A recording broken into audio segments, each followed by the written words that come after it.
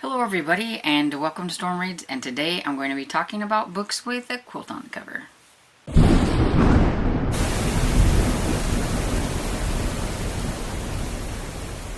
So I don't know if you were like me, but trying to find a mystery with a quilt on the cover was really hard unless I just read a cozy mystery. I do have a few cozy mysteries on my list, but I tried to find a few other things that had a quilt on the cover and were mysteries, but let me tell you, Googling mystery books with quilt on the cover really didn't find anything. So if you have recommendations, please list them down below, because somebody might be still trying to look for a quilt on the cover of a mystery, and maybe your suggestion will be the one they get. And so the first one I have is the Southern Quilting Mystery by Elizabeth Van Craig. The first book is Quilt or Innocence.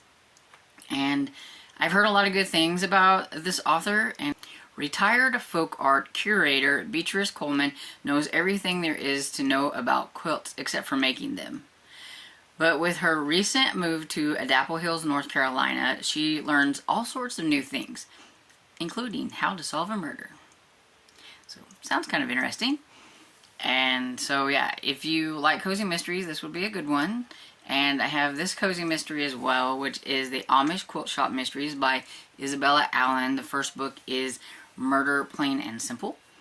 And I've heard a lot of good things about this one too. If you like Amanda Flowers, then you will like this series, because Isabel Allen is Amanda Flowers. So this one says, when Angela Braddock inherits her late aunt's beautiful Amish quilt shop, she leaves behind her career and broken engagement to start fresh in Holmes County, Ohio. And so she doesn't quite fit in, because it sounds like she's going to be going into Amish country, and she's got cowboy boots and an interesting little French bulldog. And yeah, so I ain't reading a whole lot about these, but I have heard good things about this series, and one of these days I might try this one. I'm just not a huge quilting person, so I don't really gravitate to quilting mysteries, but if you're the crafty sort, you might like these. The next one I've never heard of, but it's called the Harriet Truman / Loose Threads Mystery by Arlene Sacchitano. Probably butchered that. The first book is called Quilt as Desired, and this one says Harriet Truman returns to Foggy Point thinking she's just going to see her Aunt Beth's customers while the lady takes a European cruise. Instead, she discovers she now owns both business and house, whether she wants to or not.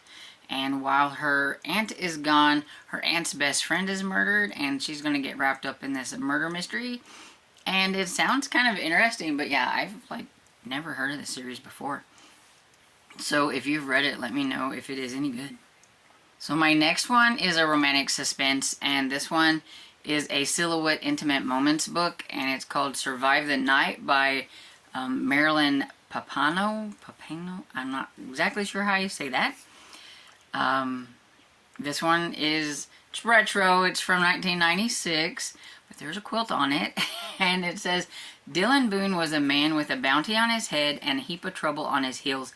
Staying one step ahead of the real bad guys proved nearly impossible until he found Ashley Benedict's secluded cabin.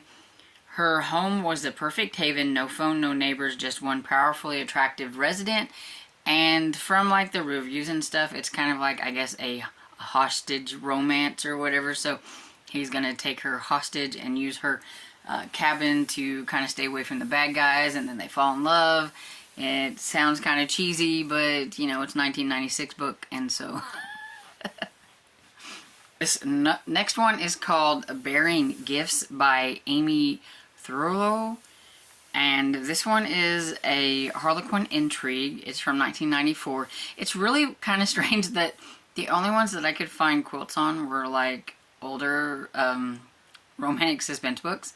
So it seems like people don't have quilts on their beds or anything like that anymore, and basically that's what I was going with. These usually had they were either on the bed or they were cozied up with a blanket and it happened to be a quilt or something like that. And I guess that's just, you know, not something you see these days, so they're not on the new ones. I did look to see if I could find these on like Hoopla or Libby or Everand and stuff, so that I knew that they were available. And so this one says, attempted murder. Mere days before Christmas, a child's nightmare comes true. Little Amy Hawkins' mother was attacked and then framed. With the help from her uncle and godmother, the gutsy kid vows to get her mom home for the holiday. And it says, J.D. Hawkins was willing to slay dragons for his special niece. The lean, mean bachelor found himself equally drawn to Mari Sanchez, the woman who was now his cohort in both childcare and crime solving. And so it sounds kind of like it could be interesting. And the last one I have, because like I said, I was having a hard time finding Quilt on the cover of books. And it's probably just me and everything, but yeah. So maybe you guys are better at it. But this is Wed to a Stranger by Jules McBride, and this one is another Harlequin intrigue from 1997. And, well, I can't tell you what this one is about because there's nothing on here. But it is Hidden Identity number 2. But I'm sure it can be read, you know, by itself like Sarah keeps telling me. But, it does have a lovely quilt there on the cover. And so yeah, that's all I have. I couldn't find anything else. That, you know, I could find some things. I'll take that back. I found some things, but I wanted to make sure that people could find them on like Libby, Hoopla, or Everand or something like that. And so if I couldn't find it, I didn't put it on here because it might not be available for other people, and I wanted, you know, you to be able to look and be, oh look, it's on my Libby. Hopefully, you know, I know not everybody's Libby's and Hooplas are the same, so I'm hoping that you can find some of these if they sound interesting to you and you would like to pick one for March Mystery Madness.